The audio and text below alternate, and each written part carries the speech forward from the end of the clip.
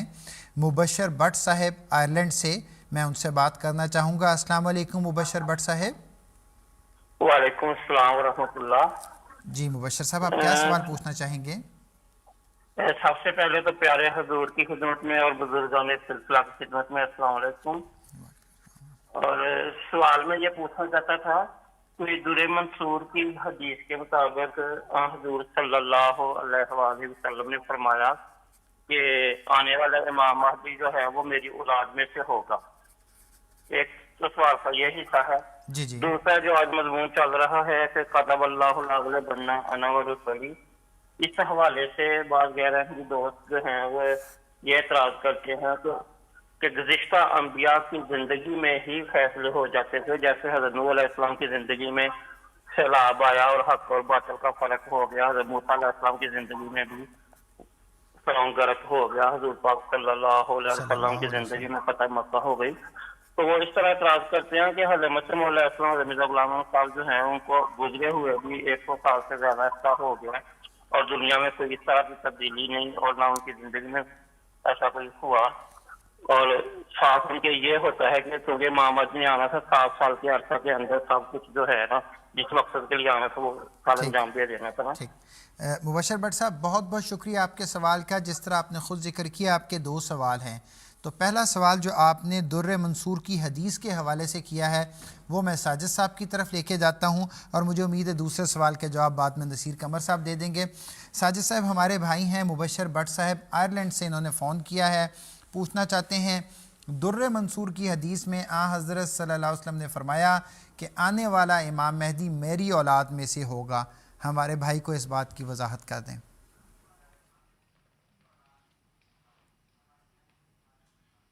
जी, जहाँ तक नबी की औलाद के हवाले से जो ज़िक्र है या किसी बादशाह की औलाद या किसी सरदार की औलाद, तो हमें ये अहल और आल का मजमून जो है वो कुरान करीम की आयात की रोशनी में समझना पड़ेगा।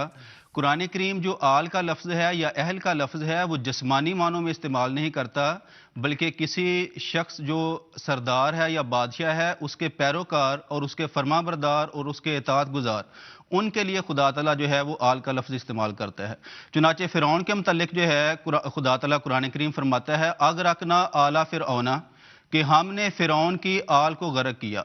अब क्या यहाँ आल से मुराद ये है कि फ़िरौन की बीवी और उसके बेटे और उसकी बेटियां सिर्फ गर्क हुई, बाकी फ़ौज जो है वो मिस्री गर्क नहीं हुए, ये मुराद नहीं लेते।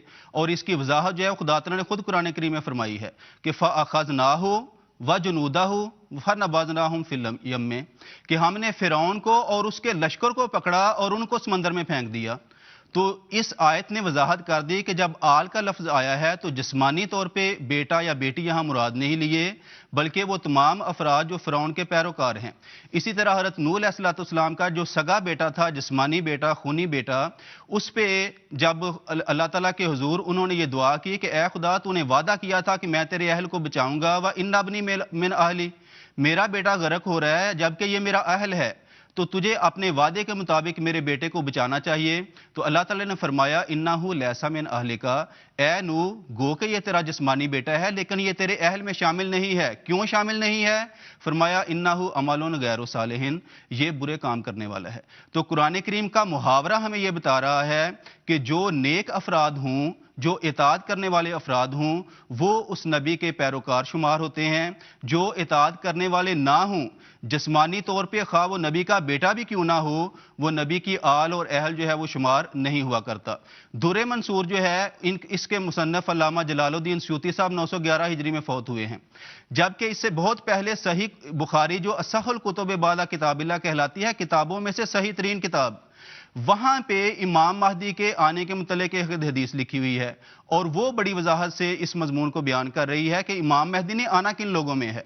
चुनाचे जब आयात का नज़ूल हुआ है व आखरीना मिनहुम लम्मा यल्हक़ू बिहिम, जो सूरह जुमा की आयात हैं, तो उस पे सहाबा ने पूछा है कि या रसूलल्लाह वो कौन खुशकिस्मत लोग होंगे जिनमें ये अजीम शान इमाम आएगा। तो रिवायत में आता है सही बुखारी की कि हज़रत सल्लल्लाहु अलैहि वसल्लम ने अपना हाथ जो है हज़रत सलमान फारसी के कंधे पे रखा है اور فرمایا کہ لو کان الایمان معلقا بثریا لنالہ رجل اور رجال من ہؤلاء. فرمایا کہ ایک زمانہ آنے والا ہے کہ ایمان اور اسلام جو ہے وہ آسمان پہ ثریا پہ معلق ہو جائے گا, زمین سے غائب ہو جائے گا, لیکن اس زمانے میں اس آدمی کے قوم میں سے فرد آئے گا یا بعض افراد ہوں گے جو ایمان کو اور اسلام کو اور قرآن کو دوبارہ دنیا میں قائم کر کے دکھا دیں گے. تو صحیح بخاری کی اس حدیث نے جسمانی اولاد کا ذکر نہیں کیا, بلکہ اس سے اور آگے بڑھ کے بتا دیا کہ امام مہدی نے جب آنا ہے تو میری اولاد تو کیا, تم نے اس کو عربوں میں بھی تلاش نہیں کرنا. امام مہدی عربوں میں سے نہیں آئے گا.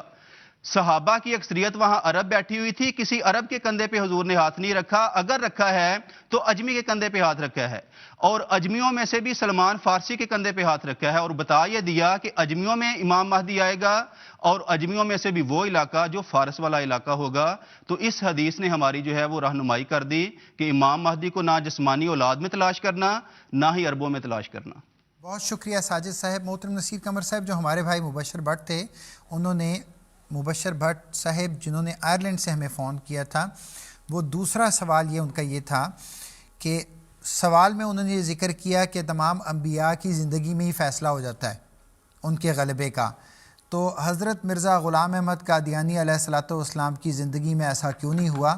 انہوں نے حضرت نوح علیہ السلام اور آقا و مولا حضرت محمد مصطفیٰ صلی اللہ علیہ وسلم کا حوالہ دیا. دیکھیں, اللہ تعالیٰ نشانات ہر قسم کے دکھاتا ہے. ایسے نشانات جو جیسے طوفان نوح کا آپ نے ذکر کیا ہے, یا بعض پہلی قوموں پہ زلزلے کی صورت میں بعض عذاب آئے اور وہ تباہ ہو گئیں, تو وہ تو وقتی یا اس علاقائی حد تک, اس زمانے تک تو وہ ایک نشان بنتا ہے. لیکن حضرت اقدس محمد مصطفیٰ صلی اللہ علیہ وسلم کو جو سب سے بڑا نشان دیا گیا, قرآن مجید یہ بتاتا ہے کہ وہ خود قرآن کریم ہے. ایک ایسا علمی معجزہ ہے جس کے اندر ہر قسم کے معجزات موجود ہیں. تو نبی اکرم صلی اللہ علیہ وسلم سے متعلق قرآن مجید میں مثلاً اللہ تعالیٰ نے یہ فرمایا کہ هو الذی ارسل رسولہ بالہدی ودین الحق لیظہرہ علی الدین کلہ, کہ وہی اللہ ہے, وہی ذات ہے جس نے اپنے رسول کو ہدایت اور دین حق کے ساتھ بھیجا تاکہ وہ اسے ہر دین پر غالب کر دے.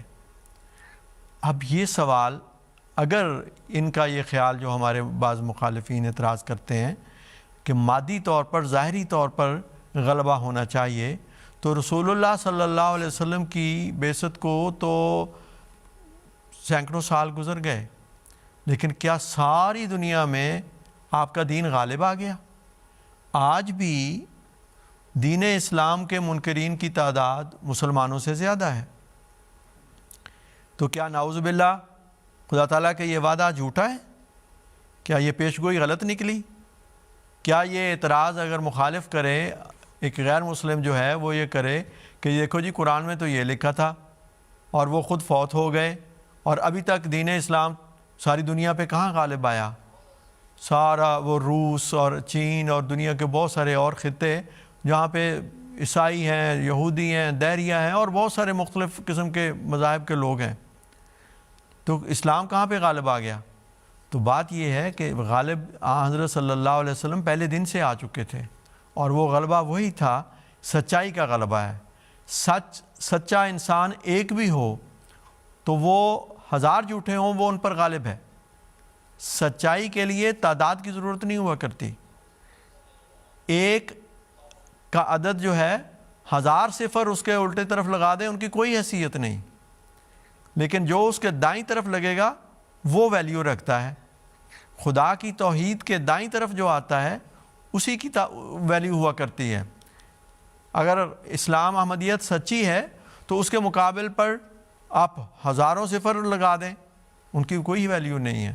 تو اصل بات سچائی کی ہوتی ہے, اور حضرت صلی اللہ علیہ وسلم جس طرح ہدایت پر قائم اور سچے تھے, اور آپ باوجود ہے کہ آپ موجود نہیں, لیکن آپ کا کلام, آپ کا دین زندہ ہے, اور اس زمانے میں اس کے ساری دنیا پر غلبہ کے لیے اور احیاء دین کے لیے اللہ تعالیٰ نے مسیح موعود علیہ الصلوۃ والسلام کو بھیجا ہے, اور یہ مہم جاری ہے. بہت شکریہ نصیر قمر صاحب.